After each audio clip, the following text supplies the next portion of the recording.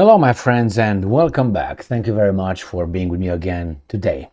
A little revolution is ongoing on planet Earth, and the revolution is against Al Capone. Why is it against Al Capone? Because some countries decided that they don't want to follow orders anymore, and they want to be really independent, as Al Capone claims every country is.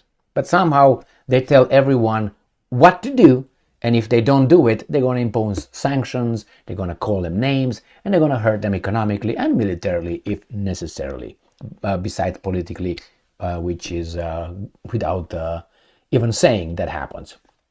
So what happens? Here we have the plantation, United States plus some weasel countries around, and there's the other side of the planet, which is the majority of countries. They don't really follow orders. They're left alone if they don't have a strategic importance for the plantation master, Al Capone, or if they don't have resources. And they're left alone. But when they started talking and people hear, then they're going to be slapped by Al Capone with sanctions. Just the way it works.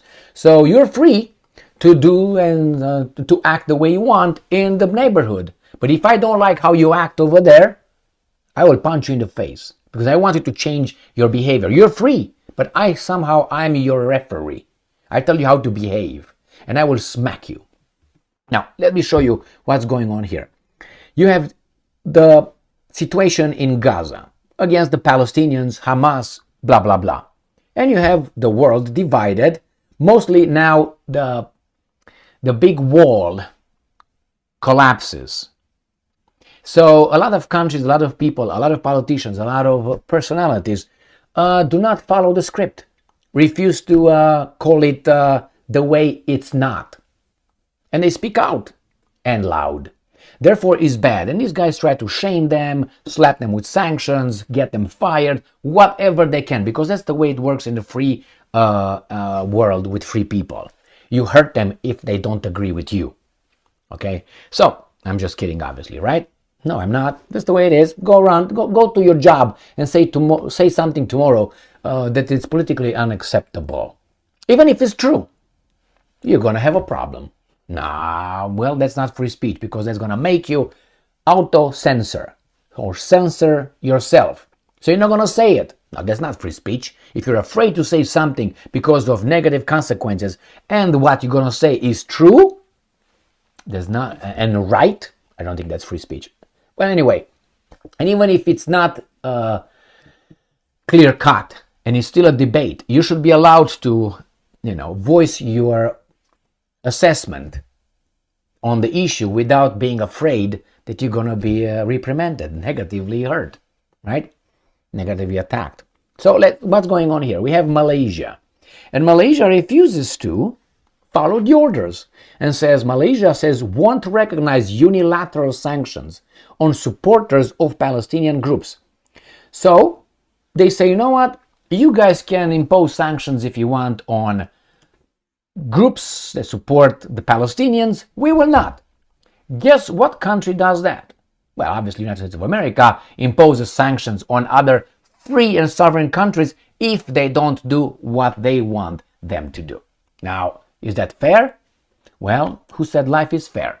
These guys, if you go to school, from infancy they tell you that life is fair and rule of law, but when you get to live a little bit, you realize, wait a minute, some people cut the line, nothing happens to them. When you drive your car 3 miles over the speed limit, you get, really? Yeah, that's the way it is. Well, okay, let's go back here to these guys. So Malaysia refuses, probably, someone's sanctions. So Malaysia said on Tuesday it will not recognize unilateral sanctions in response to a proposed US law to level sanctions against foreign supporters of Hamas and other militant groups operating in Palestine. So the United States of America is saying that whoever supports the entities we say that should not be supported, we are going to hurt you. And Malaysia says, read between the lines. No. What do you think will happen to Malaysia? Do you think the United States will say, it's fine, it's okay? Well, remember Cuba, that little country over there? that's been under US sanctions and embargo for what? Decades. And the United States of America made other countries, bullied other countries to place sanctions or not do business with Cuba. That's why Cuba has no connections, not because the United States, it was between the United States and Cuba. It was not between the United States and Germany, or United States and, Cuba and Germany, or Cuba and France. But nevertheless, those guys will not do business with Cuba because of the United States of America. So the United States of America dictated for everybody else what the rules are. Like, I make a law and everybody should respect my law. I don't respect your laws. My laws become international somehow. Let me tell you a little story, a personal story. When I came to the United States of America, I came from Romania. And some Americans asked me, intellectuals, some of them, asked me if we, Romanians in Romania, celebrate 4th of July. That's Independence Day. The National Day of the United States of America. Still. They're working on it. So they asked me if Romania and Romanians celebrate the Americans' Independence Day. My answer was, because I was like, what's going on? Always, well, do you guys celebrate December 1st? What's December 1st? That was always the answer. What's that? I said, that's Romanians' National Day. Some of them realized how idiots they were asking me the question. Some of them were like, no, why would we? Why would we celebrate Romania's National Day? And my answer was, why should we celebrate your National Day, 4th of July? They couldn't tell me because we're better, but that was the answer they wanted to give me. So the same, does that show something? With the laws, when we pass a law here, we expect everybody to stay in line. But let's say Malaysia passes a law. Do you think the United States will give up about it? Obviously not, and it shouldn't. It shouldn't if these guys pretend that the world is full of independent, sovereign countries with equal voice, because life is fair. All right, so let's go back here. Let's go back to the next article that I have ready for you. Coming from BBC. Israel Gaza. Malaysia will maintain ties with Hamas, says Prime Minister Anwar Ibrahim. So he said his nation will maintain ties with Hamas and will not punish the group. Now, if you're a free country, independent country, you should be allowed to be friends with whomever you want to be friends with, and you should be entitled or allowed, not allowed, entitled as a free country, to designate whomever you want as a friend or as a foe. Remember, sometimes, I don't know if it happened to you, but you have a person that you befriend, and you have someone else coming and telling you, hey, don't be friends with that guy. That guy did this to me, he's a bad guy. Well, okay, he's a bad guy to you. I don't know what happened between you guys. So don't ask me to push this guy to the side. He was always good to me, nice to me. He was with you. I wonder why. What you have together, I don't care. I know this guy was always good to me. Now, the United States want me to say these guys and those guys and those guys I should hate because they say they are like this or whatever. Maybe Malaysia doesn't want to do that. And Malaysia could be designated by the Americans as a good or a bad state, and vice versa. And then they will what? They will hurt Malaysia. You should be allowed to act the way you want to act. Remember, it's like in a neighborhood. And you do something over there in that corner of the neighborhood, and I don't like from this corner of the neighborhood, and I go over there and I smack you, and I tell you, you should do what I tell you to do. Why? Are you in charge of me? No, but I don't like you. I don't like what you did. But are you in charge of me? Nevertheless, I don't like what you did. That's how the United States, how it acts. But nobody else can hit them or a little bit hurt them anywhere, because they're going to destroy, flatten your country. You can, whichever they want. Okay, let's go back to these guys. Malaysia should, and I'm quoting, unanimously back the Palestinian cause. The Prime Minister told Parliament on Tuesday. He said Palestinian cause, okay, unanimously back. Okay, Mr. Anwar was responding to a proposal by U.S. lawmakers to sanction Hamas's foreign supporters. Okay, you can do that, but I can, do what this guy says.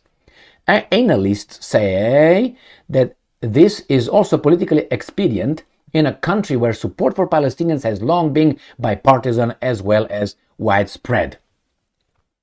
And he says, I will not accept any threat, including this.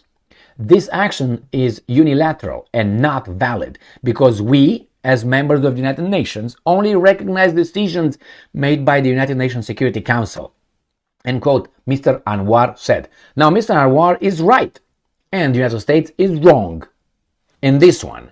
We don't recognize what you say. Is United States the United Nations? No, but it wants to act like. And unfortunately, Mr. Anwar can say this, and many other countries that are conducting their revolution are doing it partly because Russia did not collapse in front of Al Capone's attack with his axis of goodness. Okay, that's partly because. And you have now Saudi Arabia doesn't parrot US's garbage. US, you know who's not US. US is just the bully guy. Okay, we're gonna do it. Why? Because the United States, what it got from previous generations. Right now, is like an old boxer, a 68-old boxer who still thinks that he is the world champion when he was at 25. It's a long way to the top if you want to rock and roll, right? AC/DC. So the same here, my friends. You're not the same guy. Your society is not the same as you were in the 30s, 20s, 40s, 50s, like tough society. Now you have more diversity, so you're stronger. So, you see, these guys are conducting a revolution with the Turks, with Iran, obviously, is over there. Even North Korea supports Palestine. The Russians don't intervene. They stay over there and try to... even South Africa and another country in Africa, they recall their ambassadors from Israel. Two countries from Latin America, from South America, withdrew 2 ambassadors from Israel, protesting the blah, blah, blah, what they do in Gaza. This would not have happened before. And even Belgium, I made a video a minute ago with Belgium. Belgium said that they should slap Israel with sanctions because of the bombs and all that. I made a video, 2 videos before this one. Go and check it out. So there's a revolution even in the plantation. Belgium is part of the plantation. So here it is, my friends. Some think that they are, how should I put it? We all have rights, and some people have more rights than others, We're all good, but some are better than everyone else. But now the whole wall that was protective wall from reality is crumbling. Why? Because of the ability for people to communicate and get information from others. Before you had what? 2 or 3 media outlets that were giving you the lies in the Middle East. Now you have the same guys, maybe 5 now, or 6, with all those New York Times, Washington Post, CNN, MSNBC, Fox News. All these are parroting the same garbage. Remember, if you would have the same guys only, Wall Street Journal, and other garbage, publications. If you have only those, you would hear only one story, only one side of the issue. Now you have Russia Today, you have Sputnik, you have Al Jazeera, which Al Mayadeen, you have, you can look in other areas, not BBC and this, no. So they are the same, Agence France Presse or La Pays or something. There's Deutsche Welle, no. They will parrot the same wall they create, and they keep it from us from knowing is crumbling. Communication, we can access other areas. They can videotape, they can take pictures. Remember, you would not know how many people died over there in Gaza right now. If you would not see the pictures and videos, you could not access the videos of those children. They tried to turn it and twist it, spin doctors into it actually is Hamas. Okay, all of them are Hamas. Human shields. So you shoot them because they're human shields? I gave you this analogy many times. If you have a person who's abducted by someone as a hostage, you don't take your bazooka and kill them all, both of them, the hostage and the hostage taker, and you solve the problem. Well, this seems to happen over there in Gaza. Those guys bomb and say, well, we killed Hamas. Well, they keep them as human shield. Is that how the police officers do in this kind of situation at a bank? Let's say a robbery. And, oh, don't shoot. I got this guy right here. And, give me the bazooka. Boom, solve the problem. No, we don't do that. They do that. Who's we and they? Look at the Romans. Oh, those criminals. My God.